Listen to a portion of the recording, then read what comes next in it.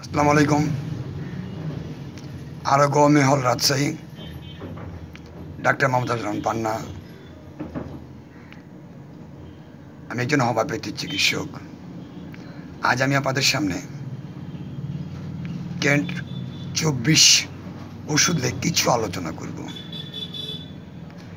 Kent 24 মূলত এটি একটি homeopathic combination Pakistani potency drop.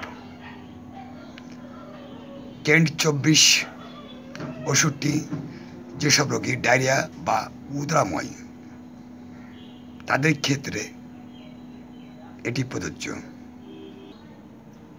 Kent 24 ওষুধটি কেন্ট ফার্মাকোপিয়া অনুযায়ী প্রস্তুত করা হয়েছে। সর্বপ্রথমে কি আসলে ডায়রিয়া বা উদ্রাময় কী? ডায়রিয়া বা উদ্রাময় বলতে মূলত প্রতিদিন কমপক্ষে 3 বার পাতলা বা তরল মল ত্যাগ করার ফলে যে রোগ হয় তাকে ডায়রিয়া বা উদ্রাময় বলা হয়।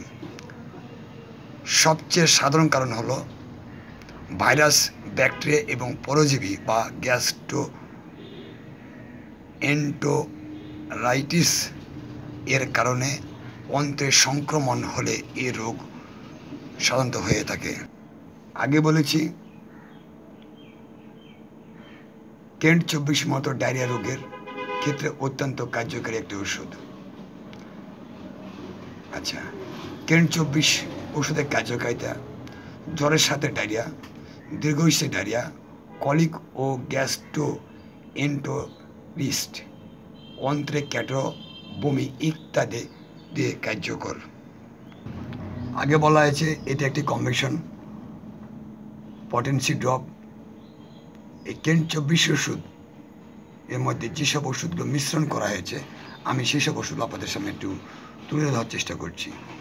যেন 1 নম্বর হচ্ছে আর্সেনাটিকাম, 2 নম্বর হচ্ছে আর্সেনিক, 3 নম্বর হচ্ছে অ্যাসিড ফস, 4 নম্বর হচ্ছে ব্যাপটেশিয়া,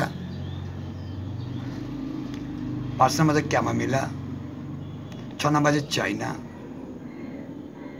7 নম্বর হচ্ছে কোলোসিন্ট, 8 নম্বর হচ্ছে ফেরামফস, 9 নম্বর মার্কিউরিস,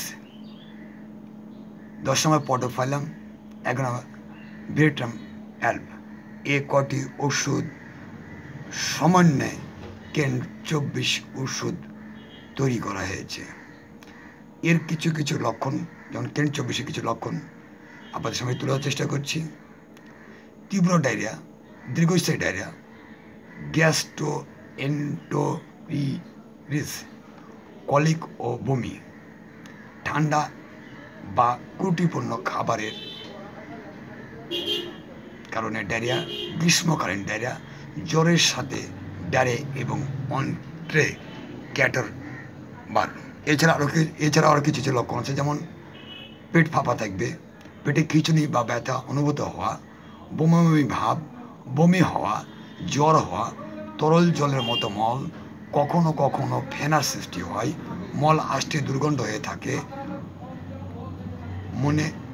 মলে অনেক সময় রক্ত দেখা দিতে পারে। এক্ষেত্রে কেন্ট 24 অত্যন্ত কার্যকারী একটি ওষুধ। কোনো রোগীর যদি এই ধরনের কোনো সমস্যা দেখেন সেই ক্ষেত্রে কেন্ট 24কে অবশ্যই স্মরণ করবেন। কেন্ট ওষুধ সেবন বিধি: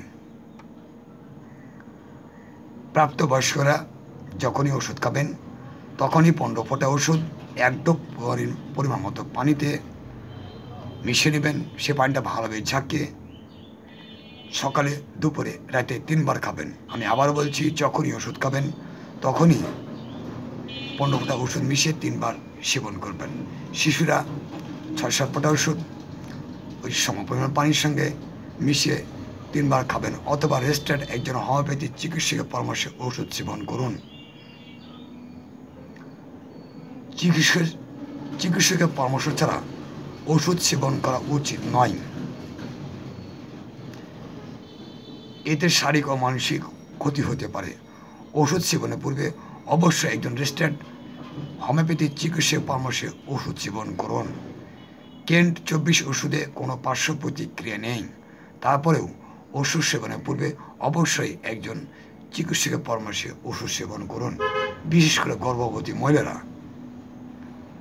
যাদের পেটে বাচ্চা আছে, তারা চিকিৎসা পরামর্শ ছাড়া কোনো ওষুধ সেবন করবেন না। ওষুধটি সুগন্ধ, যেমন সেন্ট স্নো পাউডার, এটা সেন্ট, আবার দুর্গন্ধ কিছু ওষুধ মানে জিনিস আছে, এগুলো থেকে ওষুধটা দূরে রাখবেন। ওষুধের শিশু ছোট বাচ্চাদের নাগালের বাইরে রাখবেন, যাতে তারা না হাতে না পায়। আর শীতল ও শুষ্ক স্থানে ওষুধটি সংরক্ষণ করবেন। আমার একটা ওয়েবসাইট আছে arogohomehall.xyz, লগ ইন করে আরও বিস্তারিত জানতে পারবেন। আর এটা বলে রাখি, যেসব মহিলারা বন্ধা, বাচ্চা হচ্ছে না, বহু চিকিৎসা নিয়েছেন দেশে এবং দেশের বাইরে, সুফল পাননি, তাদেরকে আমি অনুরোধ করব আপনার আরোগ্য হোমে আসেন, চিকিৎসা নেন। অবশ্যই এটা সম্ভব, আল্লাহ যে সহায়তাকে সম্ভব। ভিডিওর নিচে আমি লিঙ্কটা দিয়ে দেবো, সেখানে বিস্তারিত সব কিছু দেওয়া থাকবে।